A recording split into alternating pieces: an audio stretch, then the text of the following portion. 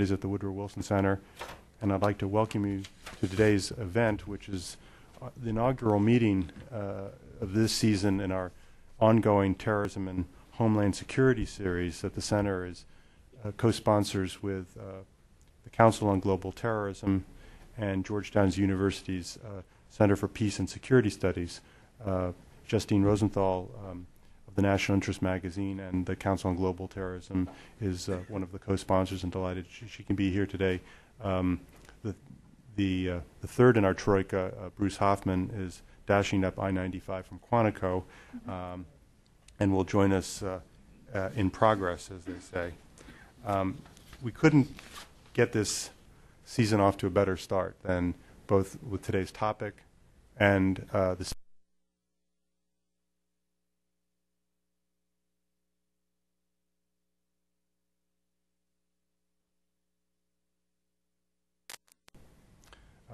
she has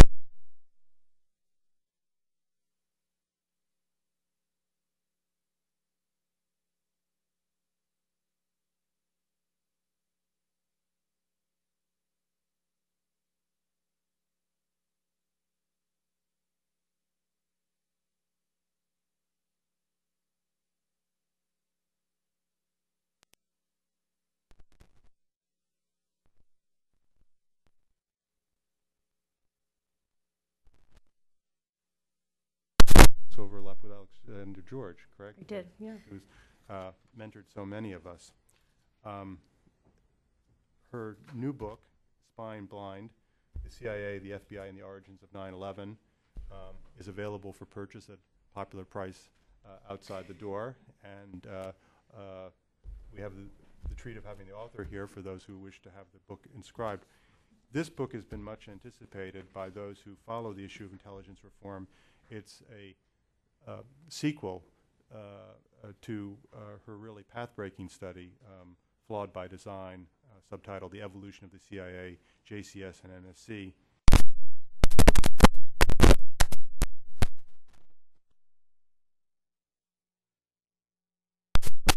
The intelligence agencies and those responsible for following the kind of counterterrorism portfolio in our government failed to adapt institutionally at the end of the Cold War.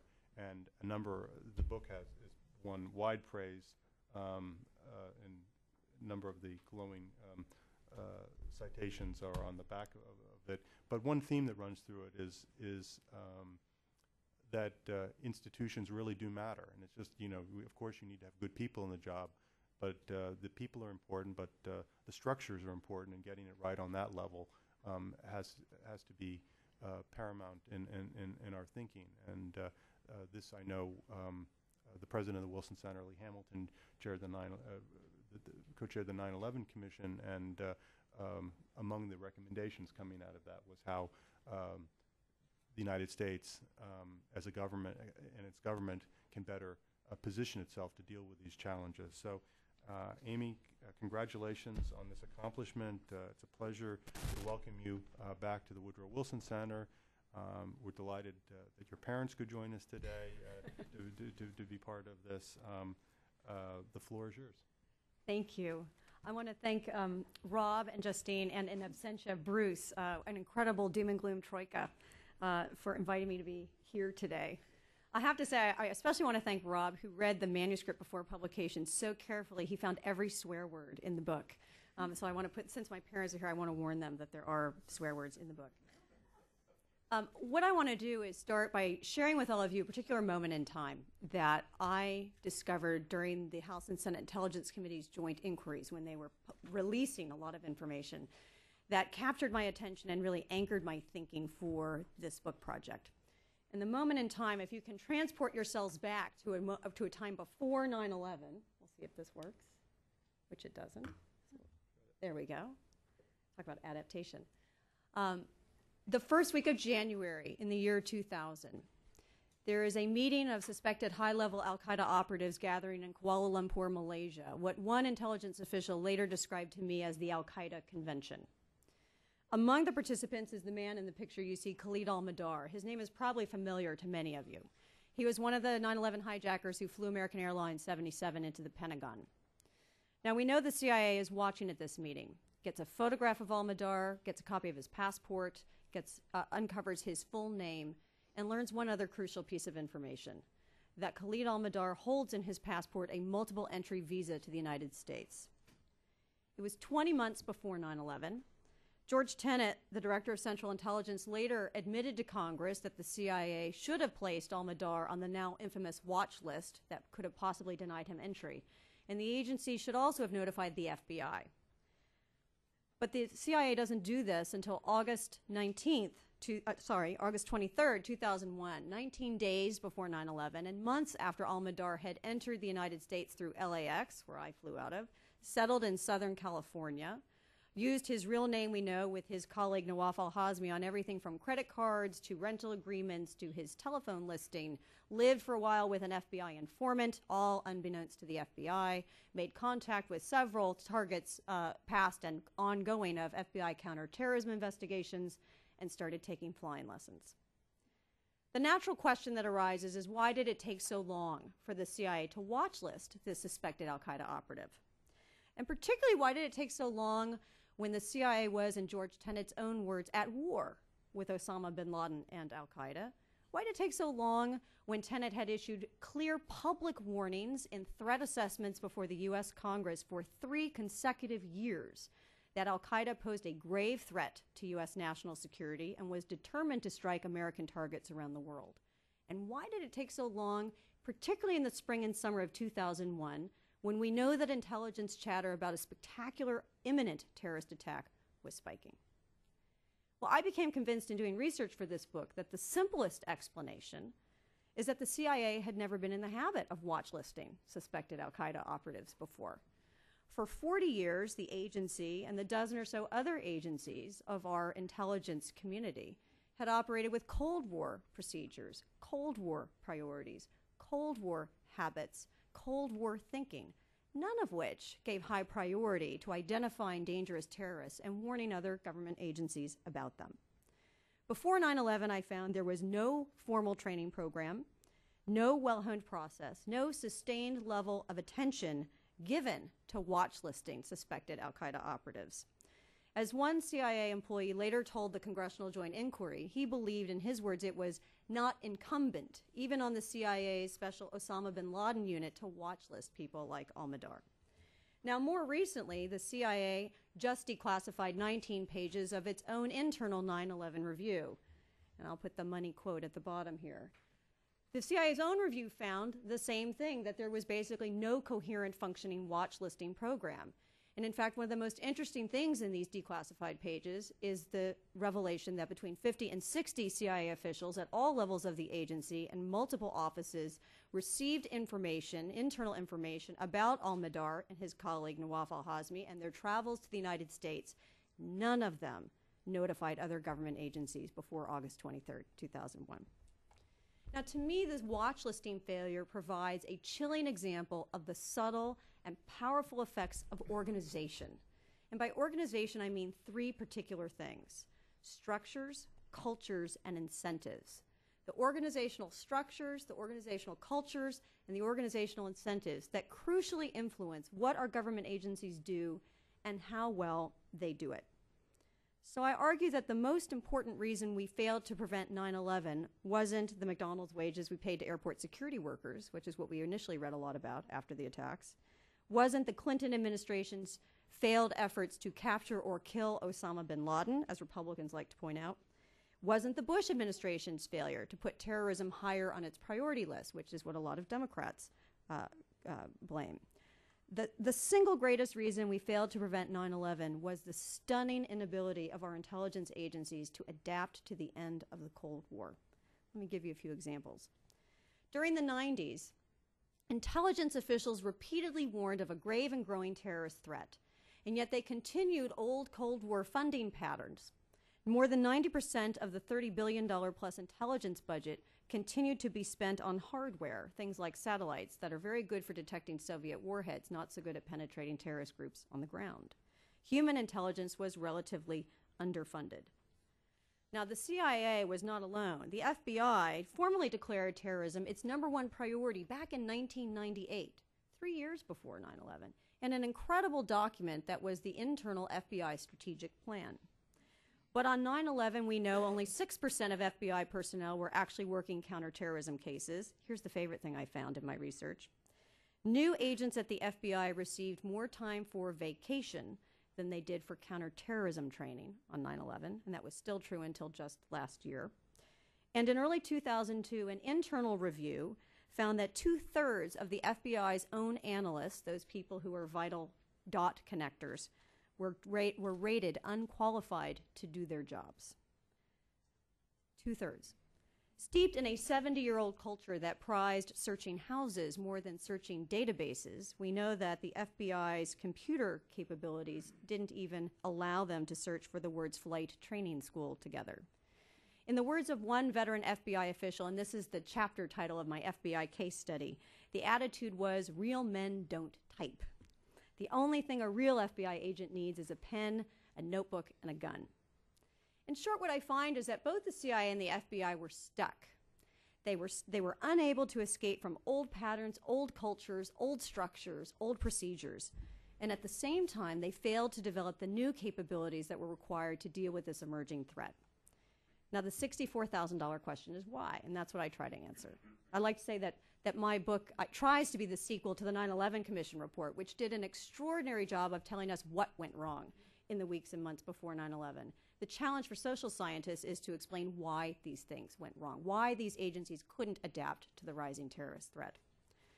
Let me suggest 3 possible explanations. Try to convince you that the first 2, which are the strongest alternatives to my own, are wrong, or at least not as compelling, and why mine is more so. And this is my chance to put in my favorite slide about the importance of actually considering alternative hypotheses or explanations. This is an ode to my uncle who's an engineer. You see, the optimist believes the glass is half full, the pessimist, the glass is half empty, but the engineer figures out that the glass may be twice as large as it needs to be.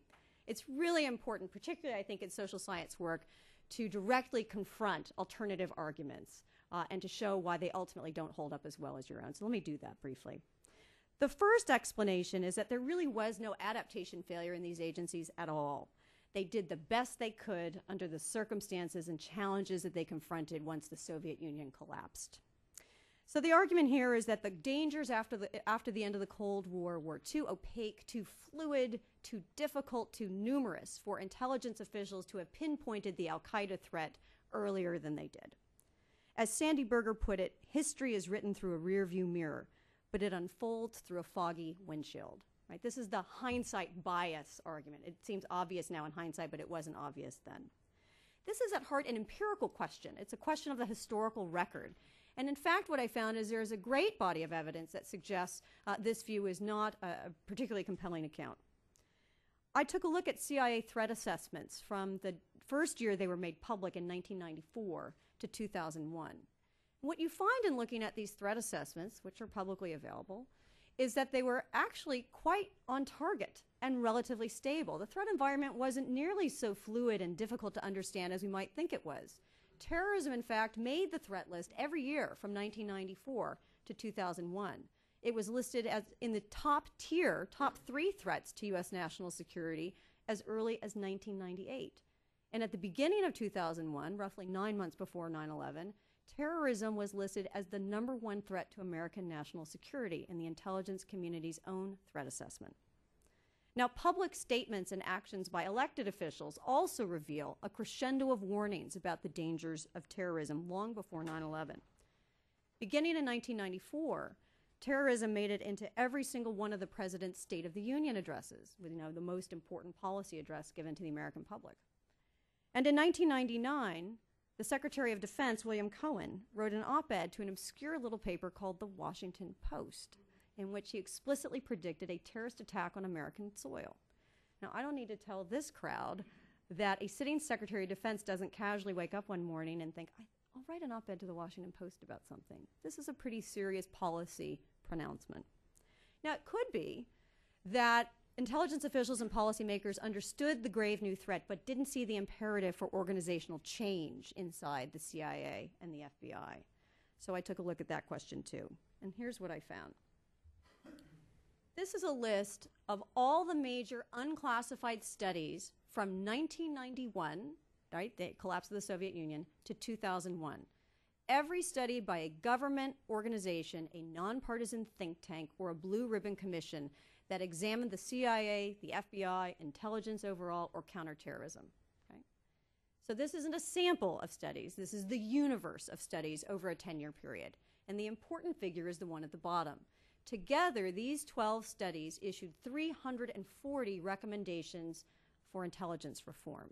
They issued more than 500 recommendations overall. 2/3 of all those recommendations focused explicitly on reforming U.S. intelligence agencies, and principally the Central Intelligence Agency. Here's the most important part. I spent a great deal of time doing what I affectionately refer to as my E-Hollywood true story, intelligence reforms of the 90s, where are they now? And here's what I found. The large black area of the pie chart are the 268 recommendations, or 79% of the total, that produced absolutely nothing. No action of any kind. No meeting, no memo, no phone call, no action. The blue slice, if you can see the blue slice in the pie chart, 10% of these recommendations, or 35 of them, were successfully implemented. Now, there were a smattering that were implemented partially and a couple that I couldn't determine the extent to which they were implemented. Let me just say a methodological note. The way I figured this out was I interviewed at least one person who authored the study that made the recommendation and at least one person charged with implementing that recommendation. This picture understates the adaptation failure that I found in a couple of important ways. The first is that when in doubt, if I had two sources who disagreed, I erred on the side of being generous, writing down implementation when in doubt. The second and more important consideration is that if you actually take a look at what's in the successfully implemented category, they are among the least important recommendations. These are study the problem more recommendations, as opposed to actually taking action to correct a problem kind of recommendations. I'll give you one concrete example. Here's an example of a fully implemented recommendation. The recommendation urged that the FBI should make efforts to explore the feasibility of instituting a capability to exchange unclassified investigative material among law enforcement and intelligence agencies. Unclassified material, not classified. Explore the feasibility of developing the capability to share this kind of information.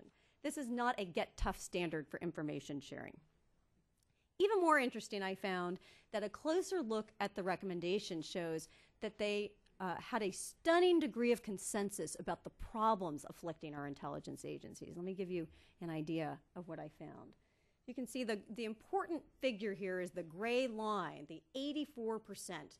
So I took a look at those 340 recommendations, and I found that 84% of them focused on just 4 problems, and they're going to sound very familiar.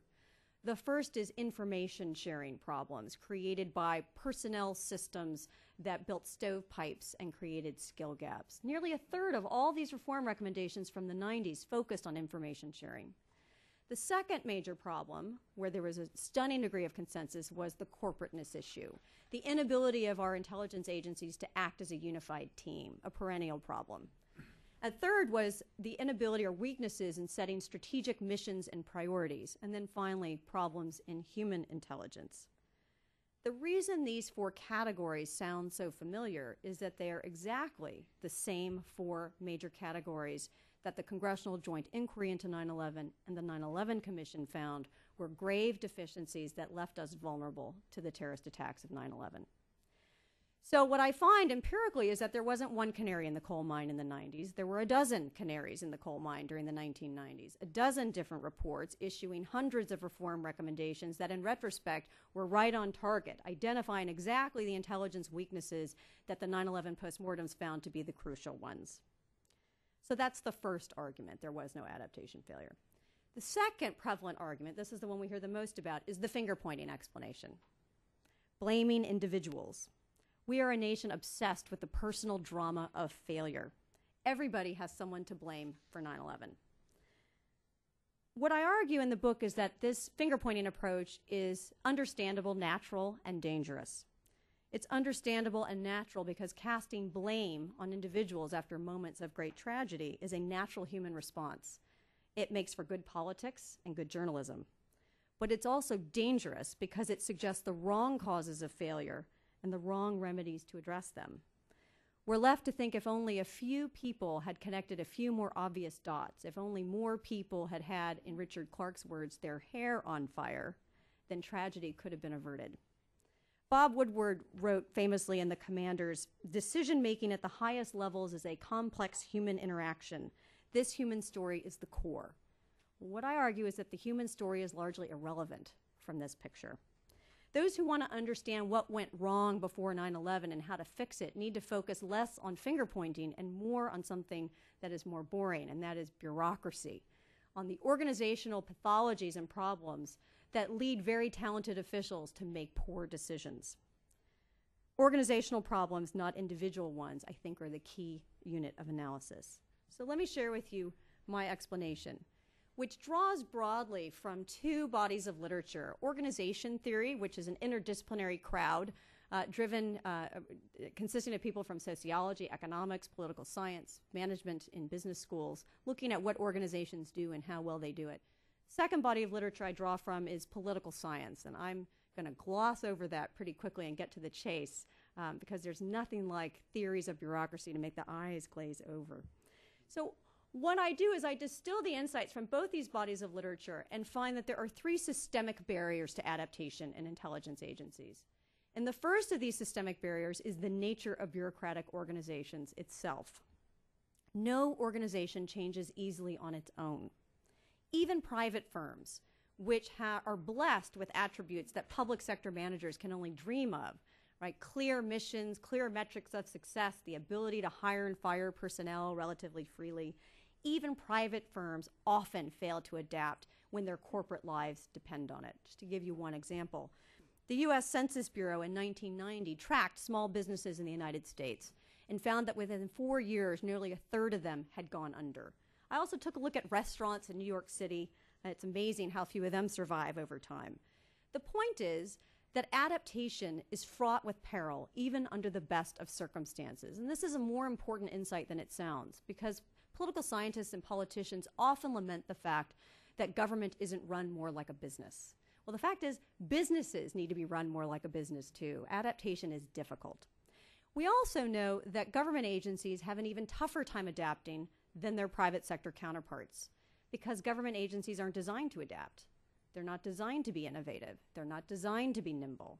Instead, they're designed to be reliable and fair, performing the same tasks again and again and again in standardized ways.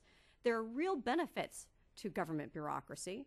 These standard operating procedures and structures ensure that Social Security checks get sent on time, that all military pilots have the same rules of engagement in wartime, and that we all have to stand in line at the DMV, no matter our party affiliation, no matter how rich or well-connected we are. Reliability and fairness have their benefits. But the downside is that our government agencies are hardwired by procedures and structures and cultures to do things in the same old ways, even when they shouldn't. Adapting to new challenges is inherently difficult. My favorite example I like to use of adaptation problems is the Army, which kept a horse cavalry until World War II. Now, the second enduring reality is the rational self-interest of political participants. And by rational self-interest, I'm now hijacking a political science-y term. I don't mean evil or selfish motives. I don't mean anything pejorative by rational self-interest. I mean simply the incentives that naturally come with different political offices. We know that presidents have very good reason to overhaul intelligence, but they rarely take on the fight. Why? Well, the answer is, as Dick Neustadt wrote so long ago, presidents are weak. They have short time horizons, few formal powers, and long political agendas. No organizational reform of an intelligence agency ever won a landslide presidential election.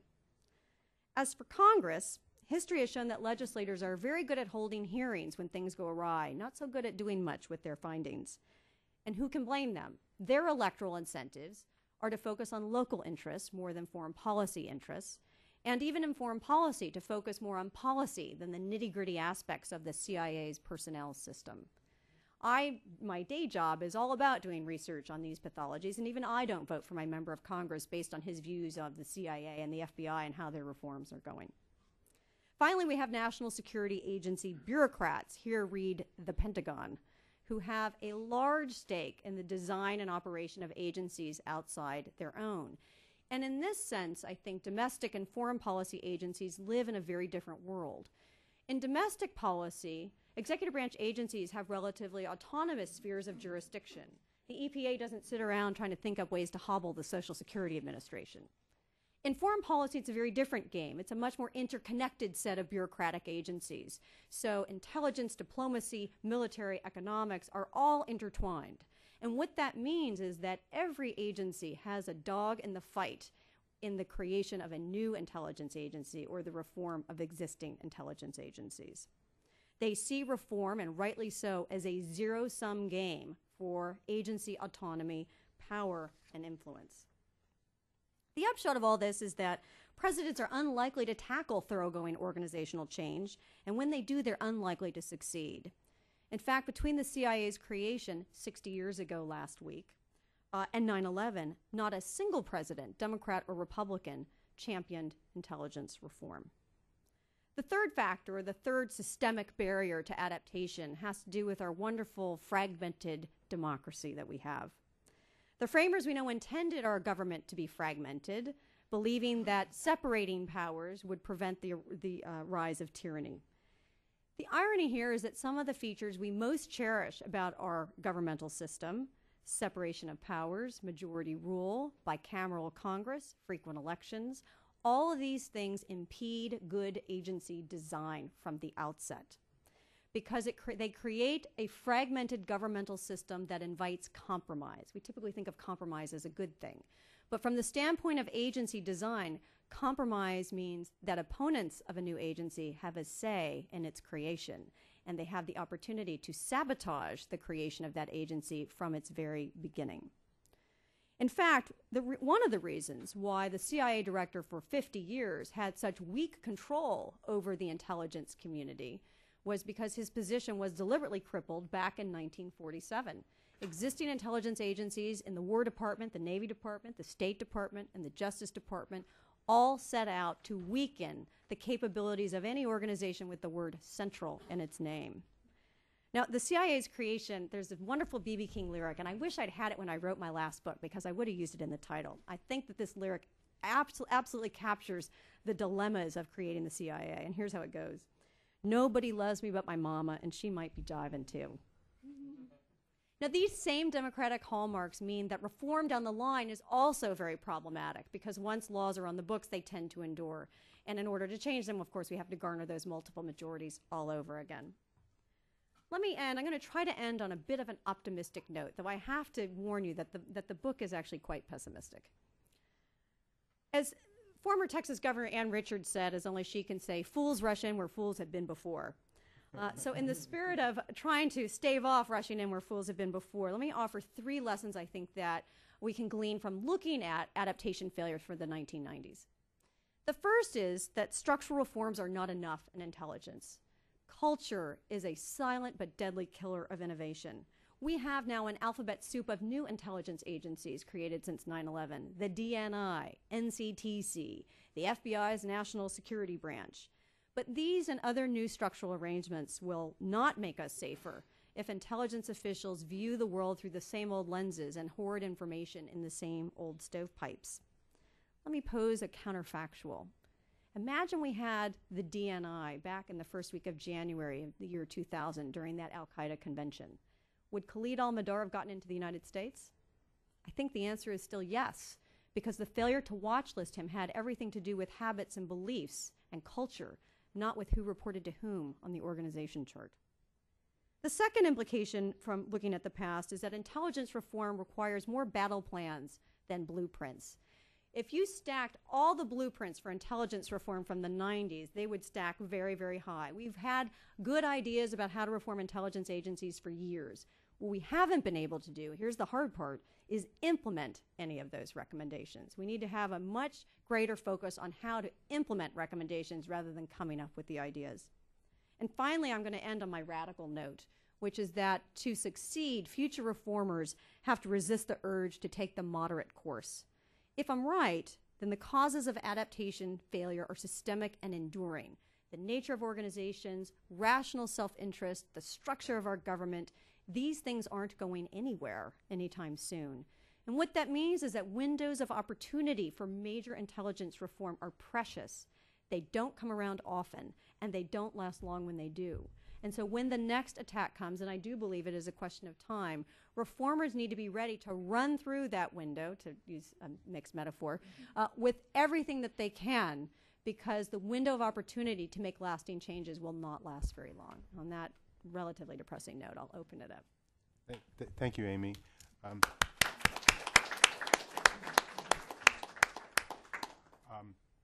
We'll open it up now for comments and questions. Welcome to Bruce Hoffman, who was trapped on I-95, I think, for a while. And Justine Rosenthal will lead off. Amy, I wanted to talk a little bit more about these counterfactuals, particularly in light of this comment you make that culture is the silent, deadly killer. If we had these four sort of clear problems pointed out about sort of intelligence structure, had they been fixed, would that really have made a difference? I mean, where are we now as we look at your depressing summary of things? It seems like a no-win. Well, I think if you take a look at intelligence reform since 9/11, it's the tough test of my model, right? If ever you would expect to see intelligence reform, the worst terrorist attack in U.S. history should have been a galvanizing event, should have been the catalyst to overcome these barriers. And yet, as I look out at the intelligence landscape, what I see is that all of these major deficiencies, poor information sharing, difficulty in turning the FBI from a law enforcement to an intelligence agency, coordination problems, all of these critical deficiencies still exist today, despite the urgency that was created by 9/11. So I think it's actually a pretty grim assessment of how enduring these barriers are. Do we think that if you did fix those four things, you really would solve the problem, or is it just impossible to sort of move past this cultural ennui or inertia? Well, the counterfactual is always a tough thing to think about. But I think if we had actually solved those four categories of problems, we would have stood a fighting chance. I mean, obviously I can't say, yes, we're 100% sure that we could have prevented 9/11. But what I find in the book is, and I find 23 specific opportunities that the CIA and the FBI had and missed to penetrate and possibly thwart the 9/11 plot. And in every case, these opportunities were missed because of these deep-seated organizational problems, because of the structures, the cultures, and the incentives. That it wasn't a few individuals falling down on their job. They were systemic, organization-wide breakdown problems that led us to miss not one or not two, all 23 opportunities. So imagine we had fixed those problems, there's, I think, a non-trivial chance that we would have been able to capitalize on at least some of those 23 opportunities to get inside that plot. Yes, well, but yes, if speakers could identify themselves, please. There's a microphone coming to you, Julia. Yeah. Hello. Yeah, I guess it worked. We read you. Go ahead. Right. Thanks so much, Amy. It was really, really great. So I wonder if, based on your analysis, then, why are terrorists ever caught? If all these opportunities keep on being missed, and we see examples of other countries where, the German terrorist plot was foiled, the shoe bomber guy was caught. Is there something that's structurally different about those countries and the structure of their intelligence agencies that make them more able to do this than the United States? Or are there incidences in the U.S. where that's been overcome, and how does that affect your theory? That's a great question. I think it's hard to I wish I had a data set that I could say there were X number of plots in Europe, there were Y number of plots in the United States, here's the success rate in thwarting them, so we could pinpoint, are there systematic differences across countries where we could say, the Brits do this better than we do. But we don't obviously have that data set. I hate to say this, there's a knucklehead factor involved, right? So when you think about, one intelligence official said it to me this way: the good news is that the terrorists are often more feckless than we are. So the example that comes to mind is the bombing of the USS Cole. Right? Not the first time Al-Qaeda tried to blow up an American warship in the harbor of Yemen. It was, in fact, the second time. The first time was about a year and a half before against the USS the Sullivans, where operatives literally loaded their boat with explosives, put it out in the harbor. The boat sank.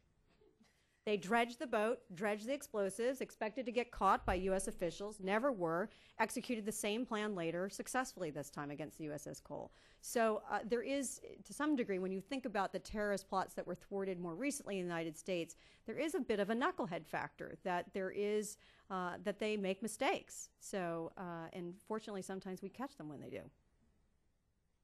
Jim Goldgeier. Jim Goldgeier from George Washington University. Appreciate the great talk. This issue of the Cold War habits dying hard and the difficulty of adaptation. I mean, if you're an agency like the CIA and you know coming out of the Cold War that you're going to have a much harder time justifying your budgets, why wouldn't the adaptation occur more quickly? Because you were trying to show how relevant you still were to a world without a Soviet threat? That's a great question. The budget issue, right? How would the CIA, why didn't CIA adapt better given the imperative to maintain its budget? There's a very interesting episode in the CIA's history that I think illustrates the cultural impediments to change. So in the 90s, there was the Reinventing Government Initiative. And the mandate at the CIA was to cut costs, right? We know Tenet testified before the 9/11 Commission that the workforce at CIA was cut by about 25% during the 90s, largely because of the Reinventing Government Initiative. Well, how did the CIA actually manage those workforce cuts? It turns out that the agency did it without any kind of strategic sense about what are the skills we need to retain, who are the people we most want to keep working for the agency, and who should we let go or encourage to leave. Instead, the cuts were done through voluntary attrition and retirement because the cultural attitude in the agency was this was a lifetime employment, this was a brotherhood, and we have to be good to our own. So any Fortune 100 company would never have made that call to have voluntary attrition be the mechanism by which you make those workforce cuts. So we had an opportunity with budget cuts to actually really make the tough choices and realign the workforce, and it wasn't seized because I think of cultural attitudes within the CIA. Sean? Sean Waterman from United Press International. Thanks very much for the talk, Amy, and for the book, which is great. I have a couple of questions. First of all, one, I think alternative hypothesis which you didn't address is the question. I mean, I believe Stephen Marin has written about, he said if you have a high mortality rate in a hospital, you don't start by looking at the org chart. You look at the skill sets of the personnel. So, I mean, could you address that? And then, secondly, I sort of get from your talk that you're, not terribly impressed with the reforms that have taken place. And I wondered if you'd care to venture, your own. I mean, you talked about the need for radical reform. Pat Roberts' plan, during the debate over the intelligence reform bill was pretty radical, and it went down like a lead balloon and was never heard of again. So, I mean, would you care to toss your own proposal into the ring, or comment on the Roberts proposal? Yeah, Sean promised me he wouldn't ask me any difficult questions. Thanks, Sean. Great questions. Let me take the skill set one first. I think even there, if you're trying to examine root causes, why didn't we realign if skill set is one of the major problems, which I agree that it is, I think it's an intervening factor. The question is, why didn't we realign the skill sets? One crucial impediment to realigning the skill set is the legacy of Cold War security clearance procedures, right? So today, exactly the people we most want to work in the intelligence community, native Arabic speakers, for example, who spend a lot of time abroad, are still weeded out of the security clearance process because in the Cold War, those kinds of connections raised all sorts of red flags. So I'll give you a concrete example. I have a student named Kevin who, very bright, one of the brightest students I've ever taught, Arab American, speaks fluent Arabic, relatives in Cairo, got a Boren Fellowship to study in Cairo with his relatives, wanted to work for the CIA. Called some people at the CIA. I have this student, he's terrific, he wants to work at the CIA, and they said to me, good luck, he'll never make it through the security clearance process. So he goes to law school, at GW actually, Jim, much against my advice about becoming a lawyer. He decides now that he wants to work in counterterrorism in the Justice Department. This is several years later. So a couple weeks ago, I have someone from the Office of Personnel Management knock on my door. She asked me all the usual questions, security clearance for Kevin. Has he, to your knowledge, ever tried to overthrow the U.S. government? She really did. She took out the, has he ever been a member of the Communist Party? So there is some progress. And then we get to foreign travel. And she said, has he ever been abroad? And I thought, oh no. So I said, yes, he had a Boren Fellowship sponsored by the U.S. government to live in Cairo, where he lived with his relatives, studied in Cairo, knows a lot about the culture, and she's scribbling furiously on the piece of paper. You can see her eyes bulging. This is security clearance problem number one. So these problems are, I know it's a priority for Mike Hayden at CIA, but this is a legacy of the Cold War that is very hard to change. So the root cause, I think, is Cold War security clearance procedures, more, not the skill gap. Now you've asked that if I were queen for a day, what would I do to reform intelligence agencies? Easy to criticize from the ivory tower, much harder to do it. Let me suggest two guiding principles, and then I'll tick off just briefly what I would focus on. Guiding principle number one is focus on implementation, as I said, not on the ideas. I think a lot of the ideas are already here. But guiding principle number two is don't hardwire the system to focus on the terrorist threat. As one of the intelligence officials I interviewed said to me, by the time we master the al-Qaeda problem, will al-Qaeda be the problem? The more we gear reforms to the specific threat of today, the more we may hinder the ability of our agencies to adapt to new threats tomorrow. So I think intelligence reforms need to focus on developing what I call the all-around athlete capabilities of our intelligence agencies, rather than narrowly targeting reforms just to combat al-Qaeda. That said, I would focus on four specific things. Much easier said than done, I agree. The first is aligning authority and responsibility. Whether it's the DNI or the DCI, there is a gap between what the head of the intelligence community is supposed to do and his ability to get that job done. The legislation passed by Congress was not strong enough on that dimension. Priority number two, focus on the domestic intelligence piece. I started this project completely agnostic about the FBI and whether it could make the transformation from a law enforcement agency to a domestic intelligence agency. I am now convinced it cannot go from here to there. I think the cultural transformation required in the Bureau is a bridge too far. And I'll give you an example that I recently came upon, because I'm always looking at indicators of cultural resistance to change. So I found out recently at new agent training and new analyst training at Quantico that agents and analysts are still, at least up until last year, required to wear different colored t-shirts. Analysts wear beige, agents wear blue, and as one analyst put it, nothing says you're on a different team more loudly than different uniforms at training. Right? So until analysts can be treated as first-class citizens in the Bureau, and they are not, the FBI doesn't stand a chance. So I'd focus on the domestic intelligence piece. Third thing, focus on culture. I think that intelligence reforms have been long on structure, short on culture. And there are levers to transform culture, three important ones: who you hire, how you train them, how you promote them. If you have all those things in sync, rewarding the new activities and behaviors that you think are important, that's how you then get a handle on the cultural problem. And finally, we haven't talked about this yet, Congress.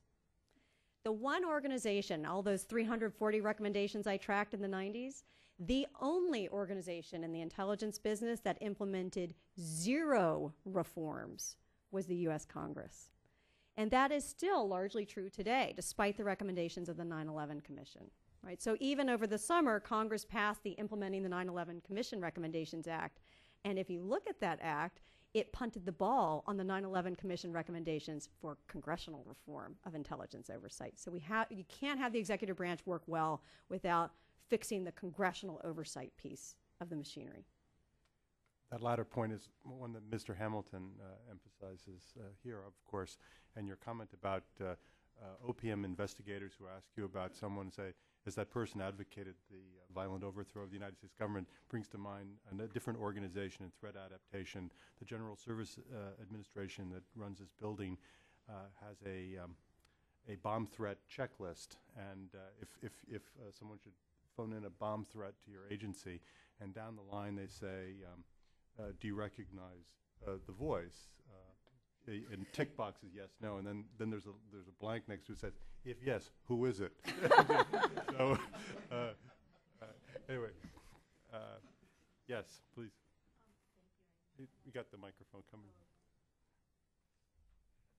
Thanks. I wanted to follow up a bit on Jim's earlier point and say that I believe that a lot that's coming through in your remarks is that there's a behavioral component to all of this that we really need to pay some more attention to. People are very good at taking into account new information and incorporating that into current ways of doing things, but a paradigm shift is more of a challenge, and I find that people don't spend enough time looking back on the Cold War, early Cold War experience and saying, well, gee, it really did take us a while to get this right. People didn't really wake up one day and then decide, oh, the Soviet Union is no longer an ally and is now a problem. That it took a very smart person writing a very smart piece of work that got a lot of attention by accident for people to wake up to that reality. And even so, I mean, the institutional changes that brought us to where we are today and the way that we were all educated about foreign policy took even longer. So I think, to be fair, and I certainly don't consider myself to be an apologist for the intelligence community, but I do think that it's very hard for people to not only take into account new information, but to adapt new procedures and vehicles for addressing those issues. And finally, I do suspect that even today, the sense of urgency is just not there. It's not. Terrorism is a national security threat, I think, in the minds of most people, but I don't think anyone really views it as a threat to the continued existence of the United States for obvious reasons. I mean, it's just, sorry? Vice President. Well, yeah, there we are. So, anyway, I just would look forward to your remarks along those lines. Thank you for that. I too, am not an apologist for the intelligence community, but I agree with you. Adaptation is incredibly hard, particularly to today's threat, and I'm sure the Troika over here can comment more knowledgeably than I can about the fluid and dynamic nature of the terrorist threat we face. This is not the Soviet Union with 5-year plans and clearly delineated strategies that we could see. As intelligence officials I interviewed said, God love the Soviet Union. Everything was on a 5-year plan. They were so easy for us to track. But the al-Qaeda we face today isn't the al-Qaeda we faced on 9/11. And so it's even more challenging today, I think, in many dimensions, to collect and analyze intelligence against this particular threat than the threat that we've grown accustomed to over the past half century. So I would agree with you. And it's going to take some time. But what I see, as you say, your second point, the urgency is waning. That immediately after 9/11, there was a lot of urgency, and I know the Markle Foundation has done this wonderful series of studies about information sharing technology and intelligence, and their big concern is precisely this point, that commitment and urgency are on the decline. The longer we go without a major terrorist attack on U.S. soil, the less urgent we find intelligence reform to be, and that makes the whole thing unravel. I'm going to put Bruce on the spot for a second because we've just heard a really brilliant presentation on institutional reform in America. Meanwhile, al-Qaeda has been doing its own institutional reform and sort of thinking how they can operate in this new environment, and how does the issues that Amy's been talking about kind of match up at all with sort of the changing sort of threat posed by the kind of organizational reform. I mean, you've spoken about how al-Qaeda Central's back, but they've also kind of franchised, and so it sort of creates a new target environment that all the things Amy's talking about have to deal with. Right, well, unfortunately, I was actually down with the FBI at Quantico and got caught in traffic this morning, so I apologize for being late and missing most of your talk. Well, I mean, there's two huge inherent contradictions. Is that terrorists don't... firstly, terrorists, by definition, are revolutionary. They're about change. I mean, it's trying to change something, so obviously they have a dynamism that I think is completely removed from any government entity responding to them. Secondly, they also tend not to, although al-Qaeda is a little bit more along these lines, codify their practices and procedures, so they don't have set doctrine or procedures. Although al-Qaeda, though, is more like that than other terrorist groups have been.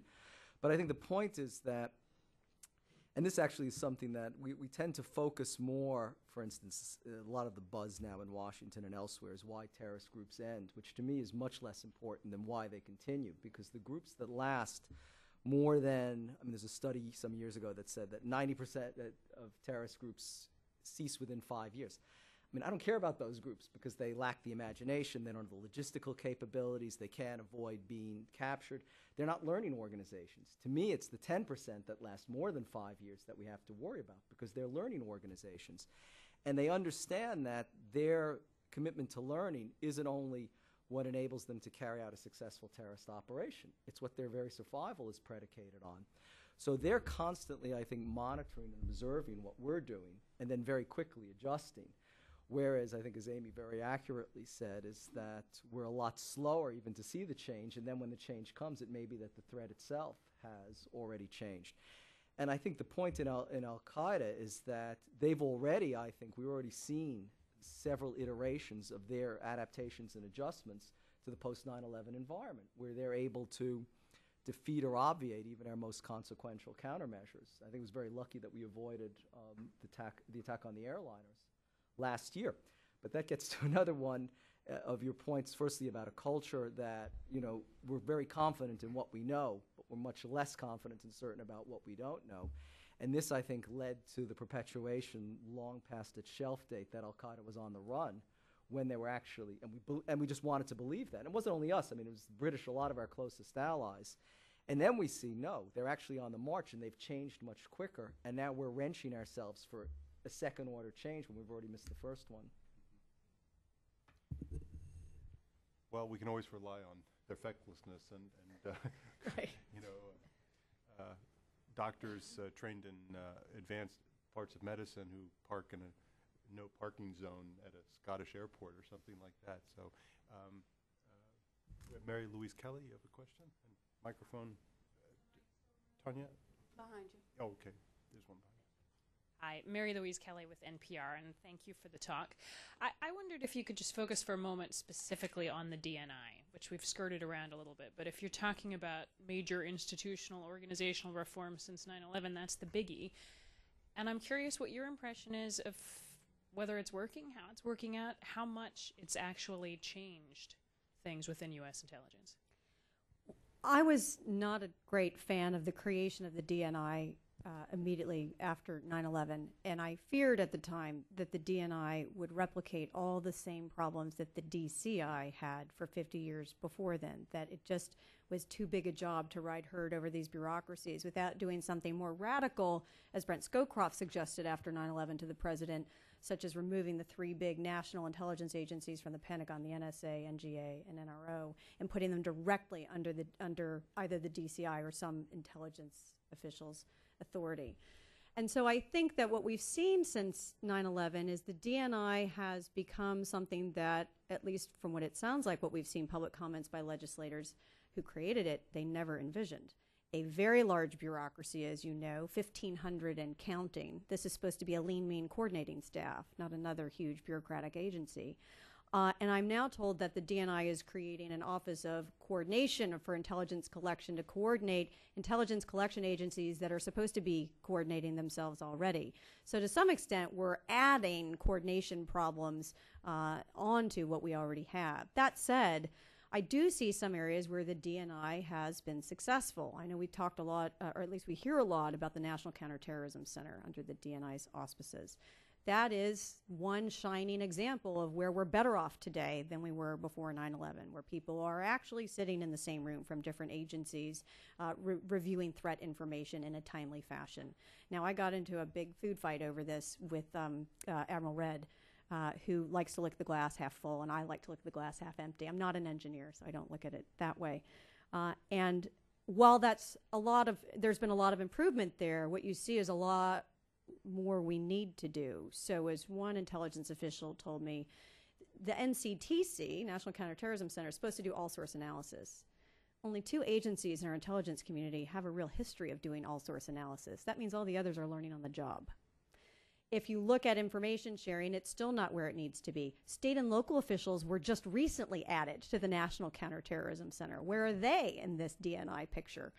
And in fact, as you probably know, the joke over at NCTC is that analysts there have warm ankles because the information systems are still incompatible and stored on so many different computers, they have them literally stacked underneath their desks. So that is where I see a lot of improvement. Where I don't see the DNI making headway is putting that cultural transformation at the top and creating decentralized systems where it matters most in competitive analysis and in coordination across, say, state and local fusion centers across the United States. There are 40 plus fusion centers now and counting. So I think it's been a great disappointment, but we're stuck with it. Sam Wells, microphone coming to you. Thank you, Amy, for a very good presentation. I'm here at the center. One of the most widely discussed reforms in the intelligence business, particularly at CIA, is the move toward open source intelligence, and even meetings being prepared for intelligence officers saying, what can the intelligence community learn from investigative journalists? I wonder if you think this will really make a difference, and is there any hope of such a move penetrating the FBI? I hope it will make a difference. As we know, open source intelligence is a large percentage of the information we actually get. But as I'm often told, if it's not secret, it's not important. That's a cultural attitude that's very slow to change and very difficult to change. So I think that's the real challenge, is getting intelligence officials and policymakers in particular to understand that just because it's openly available doesn't mean it's unimportant. So I see the Open Source Center as a very important step in the right direction. But I also think that in the long run, we have to do much better on the clandestine side. We have got to figure out new and creative ways to penetrate transnational terrorist groups and other hard targets. And I've been very disappointed at the pace by which we've done that. As you probably know, the president issued a directive in 2004 mandating that the CIA improve the number of clandestine case officers by 50%. Well, more of the same will get you more of the same. What we need is not more people doing the same old work under the same old covers, but different people and better covers to get at hard targets in new ways. So I'm concerned about that. Well, thank you very much, Amy. This has been really an excellent talk and an outstanding example of how academic analysis can be brought to bear in a very highly policy relevant way. And